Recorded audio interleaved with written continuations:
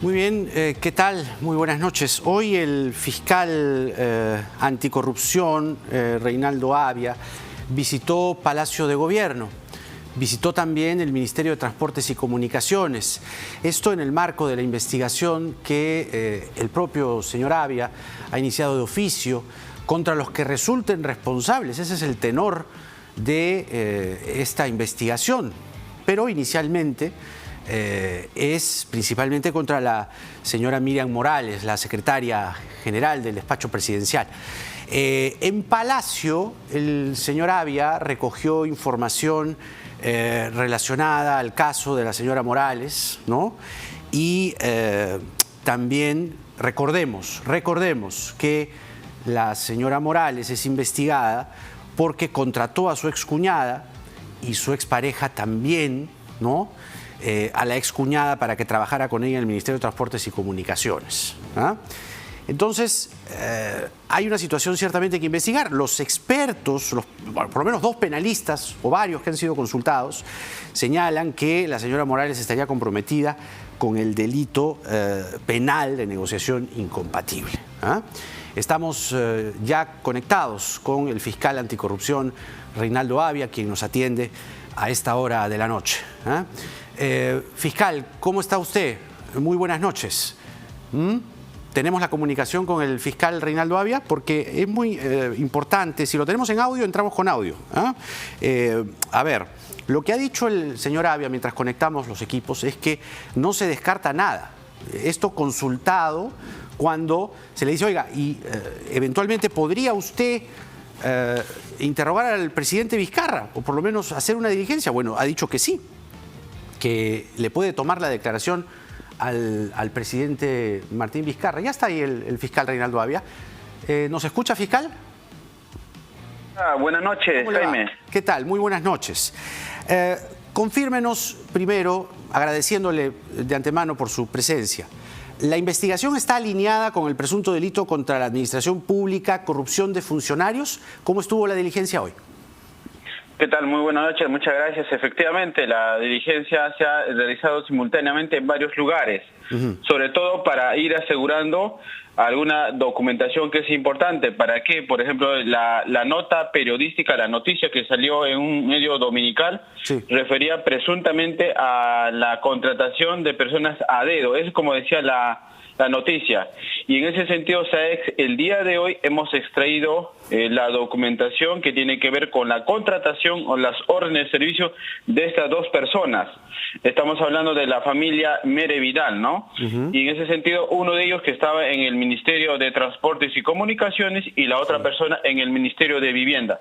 Se han extraído toda la documentación. Efectivamente vamos a verificar y vamos a saber efectivamente quiénes los han contratado y en qué periodos, quiénes habrían sido los funcionarios que han estado vinculados directa o indirectamente a la contratación de estas personas. Ahora, claro, según la denuncia que usted está reseñando, que publica Panorama el último domingo, sobre la señora Morales, pesa el cargo o, digamos, las indicaciones que ella habría impulsado desde el Ministerio de Transportes y Comunicaciones, la contratación de Claudia Teresa Mere, hermana menor del padre de su hija, y Jorge Mere Vidal, justamente el señalado. Según algunos penalistas, la señora Morales estaría comprometida en el delito penal de negociación incompatible. ¿Está usted en esa línea de investigación? Claro, lo que pasa, nosotros no vamos a adelantar, tenemos que vincular o determinar al funcionario o a la persona que lo habría contratado. Tenemos que buscar. Si la señora Miriam o cualquier otra persona ha sido los que le ha contratado, podría ser, no lo puedo especificar, primero hay que determinar a esa persona. Y obviamente tenemos que ver, determinar si hubo o no la necesidad de la contratación de esta persona o de los servicios que pudo haber realizado esta persona.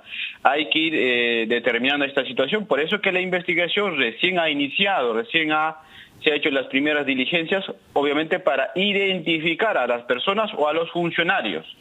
Todavía no, por eso que la investigación es contra los que resulten responsables y por el delito de corrupción de funcionarios de manera genérica. Eso lo vamos a determinar en el camino. Ahora, el plazo de la investigación, entiendo, es de 90 días. Pero poniendo la lupa en sus pesquisas, usted ha considerado a los que resulten responsables por estas contrataciones. ¿Quiénes más podrían estar incluidos en la investigación? Por ejemplo, estamos viendo que habría algunas personas que lo habrían contratado. Hay un área usuaria que ya lo hemos determinado dentro del Ministerio de Transportes y Comunicaciones. Y a su vez también habrían habido otras entidades quienes habrían validado esta contratación. Entonces, pero como le decía, vamos a verificar esta situación. Hay que verificar estas contrataciones. Ahora, usted ha pedido libro de visitas o libros de visitas. ¿De qué fechas estamos hablando? Las de Palacio y las del MTC, ¿verdad? O sea, 2017, 2018 y 2019. Además, videos de las cámaras de seguridad, ¿no? Esto, digamos, ¿cuánto podría aportar? Y si es que le han dado las facilidades de las fechas, las horas, etcétera, porque si no sería un trabajo mucho más complicado. Sí, el día de hoy hemos ido a Palacio de Gobierno. Nos han accedido, no sin antes previamente haber pasado por todos los protocolos para el descarte del COVID-19, claro. Y obviamente por tratarse de Palacio de Gobierno, y finalmente nos han accedido a toda la información de lo que tiene que ver con el registro de ingreso y salida de personas. Entonces, lo que nosotros tenemos que ir cotejando, obviamente entendemos, y va por ahí nuestra línea de investigación, de que la señora Miriam, pues valga la redundancia, trabaja en Palacio de Gobierno, ¿no? Claro. Usted no ha descartado hoy, consultado por la prensa, de tomar la declaración del presidente Martín Vizcarra. ¿Cómo sería esta figura? ¿Usted iría a Palacio de Gobierno? ¿Ha hecho usted alguna coordinación al respecto?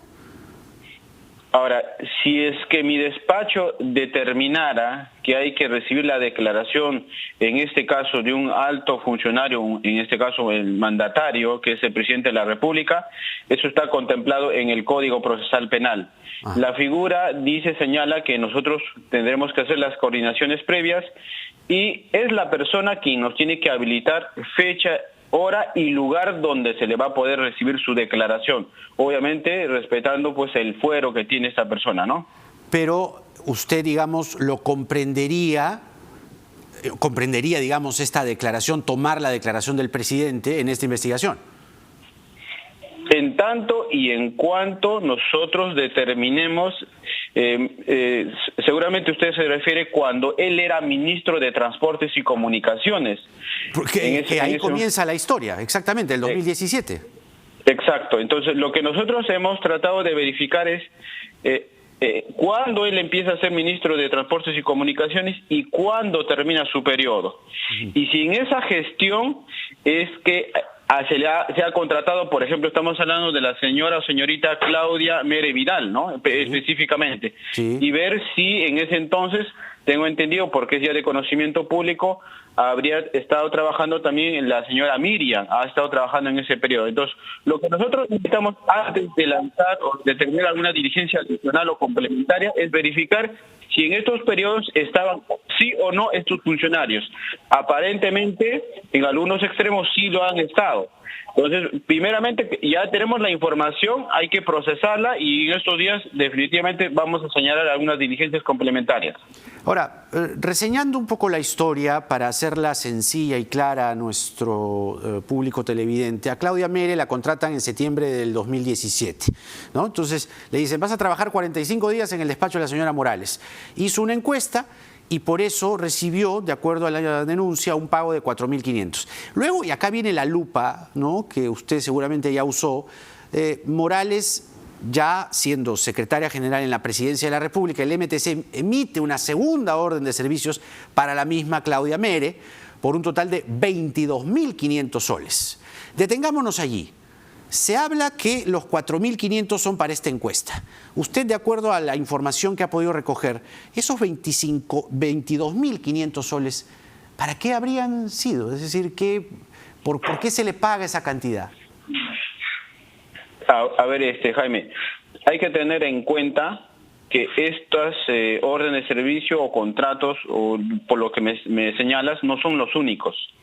Nosotros ya ahora que tenemos ya toda la documentación, sí, debemos decir que son varias órdenes de servicio.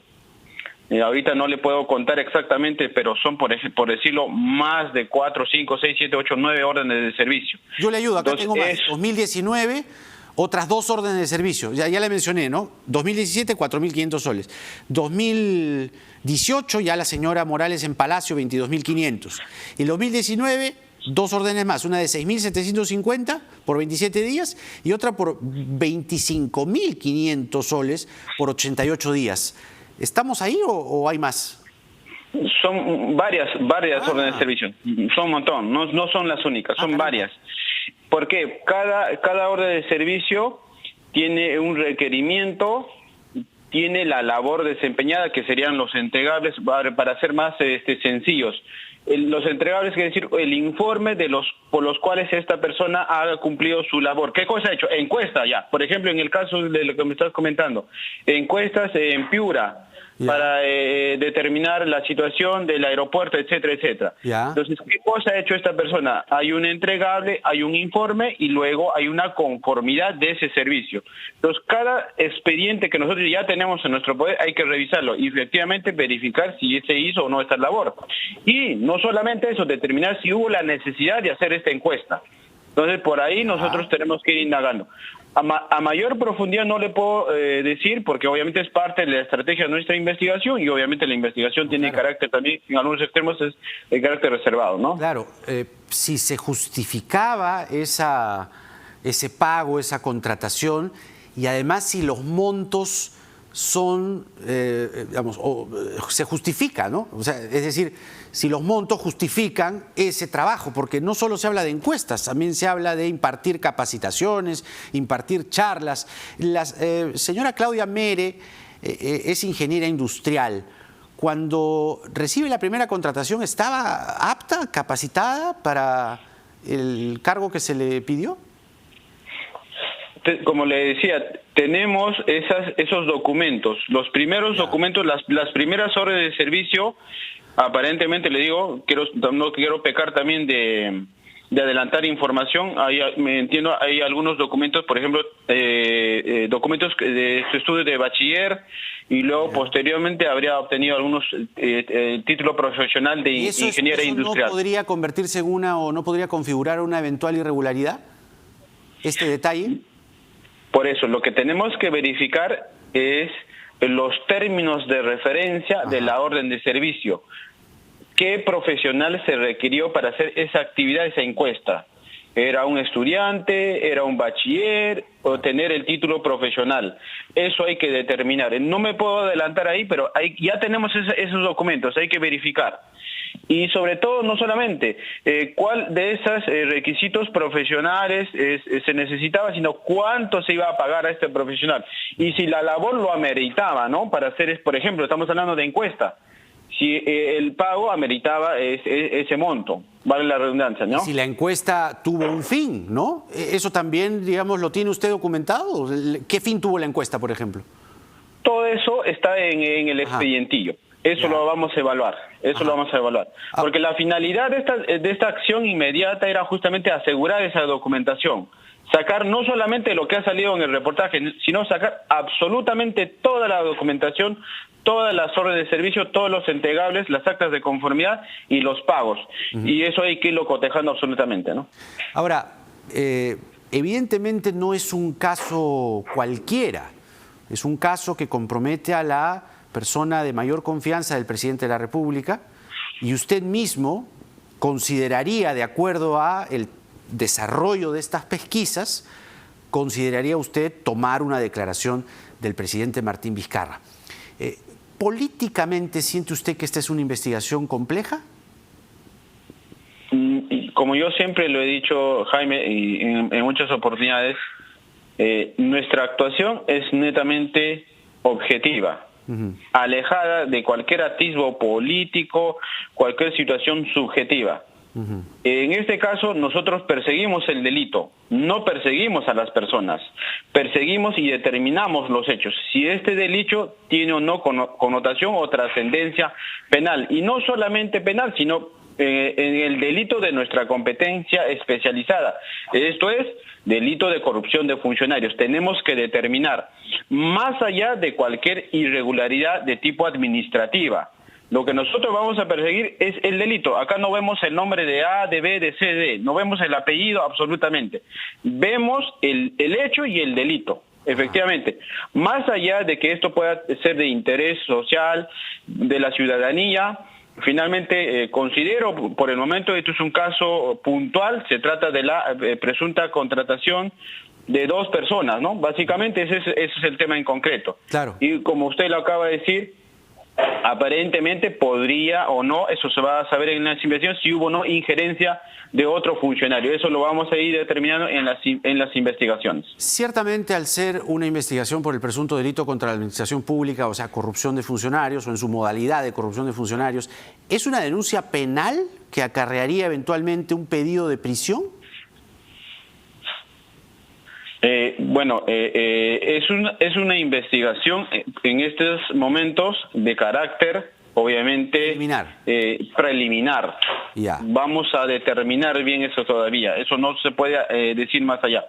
El código establece muchos mecanismos, pero creo que sería muy prematuro opinar, decir algunas cuestiones que lo establece el propio Código Procesal Penal. Claro, acá lo que, digamos, más allá de lo que usted tiene que hacer como fiscal, que es acumular evidencia, contrastarla, tomar declaraciones y elaborar una carpeta fiscal, la pista o la línea que da curso a esta investigación es un aparente favoritismo, que la señora, desde la posición de poder que tiene, habría tomado, ¿no?, el servicio de 2 personas cuyo vínculo familiar no está, digamos, formalizado, ¿no? Entiendo que la señora Morales no se casó por ley, sino que tenía al señor Jorge Mere como pareja, ¿no? ¿Esto es un agravante, un atenuante, esto último? Claro, lo que vamos a establecer, en primer lugar, como usted lo acaba de decir, ¿no?, si hubo o no hubo nepotismo. En ese caso estaríamos hablando de un tema netamente administrativo. Ya. Pero lo que nosotros no nos podemos abocar solamente a esta situación. Obviamente, no sin antes habrá que verificar si hubo algún tipo de vínculo de familiaridad o consanguinidad. Eso lo dirá la investigación. Entonces, pero más allá de esa situación del nepotismo, tenemos que ver si hubo una injerencia, favorecimiento o direccionamiento para la contratación de tal o cual persona. Eso es lo que tenemos que determinar. Entonces, ahora, más allá de esa situación, efectivamente, la documentación ya está, hay que irla procesando. Ahora, le doy una opinión en general. No vamos a tocar este caso, vamos a temas en general. Lamentablemente hay situaciones que eso pasa en el Estado. A veces hay mucho favorecimiento a ciertas personas en la contratación, el direccionamiento de algunas personas. Algunas, muchas, caen simplemente en un tema netamente administrativo. Pero si esto se determina que obviamente hubo más allá de la situación administrativa, pudo haber visto, como lo puede haber, un interés privado, no sé si haber habido de por medio alguna situación que trascienda el tema administrativo, eso lo vamos a verificar. Eso simplemente se ha iniciado y hay que irlo trabajando de manera progresiva. Ahora, ¿cómo se maneja la situación con el señor Jorge Mere? El señor Jorge Mere fue pareja de la señora Morales. A él se le contrata en el Ministerio de Vivienda montos entre 15.000 y 20.000 soles. En este caso, ¿cuál es la línea de investigación? Y eventualmente, en esta investigación preliminar, si la pesquisa y el contraste de documentos lleva a algo mucho más grueso, ¿de qué estamos hablando en el caso del señor Jorge Mere? Claro, como yo le había, no sé si me entendió, no quiero llegar a ser muy técnico también, ¿no? Quiero llegar a ser un poco sencillo y también para no adelantar opinión. De acuerdo. dentro de los delitos de nuestra especialidad, por ejemplo, están los delitos de negociación incompatible, los delitos de colusión. En términos generales, le voy a explicar, no necesariamente quiere decir que este caso sea así. No, claro, eso, claro. Ilústrenos. Por ejemplo, en el delito de negociación incompatible, algún funcionario vinculado a las contrataciones, por ejemplo, para la contratación de un personal, lo hace de manera dolosa, pero no interés para la entidad, sino interés particular. Por ejemplo, se crea una necesidad cuando no lo hay y simplemente ¿para qué? Para favorecer a tal o cual persona. Y finalmente, incluso esta persona puede ser un familiar, un amigo o un recomendado de cual o tal persona. Entonces, eso, por ejemplo, podría configurar un delito de negociación incompatible. Ahora, pero si hubiera un contubernio, un acuerdo entre ambas personas, donde efectivamente esta contratación ha sido direccionada, amañada, etcétera, podríamos hablar, por ejemplo, de un delito de colusión. Entonces, eso se podría ver, se podría determinar en cualquier otro caso, ¿no? No quiere decir que eso sea el caso. Entonces, eso lo vamos a determinar en el camino. Las diligencias que usted tiene programadas, ¿cuáles son? De aquí ya hasta el martes 7 de julio, con el testimonio de la señora Morales, ¿o hay alguna diligencia mañana?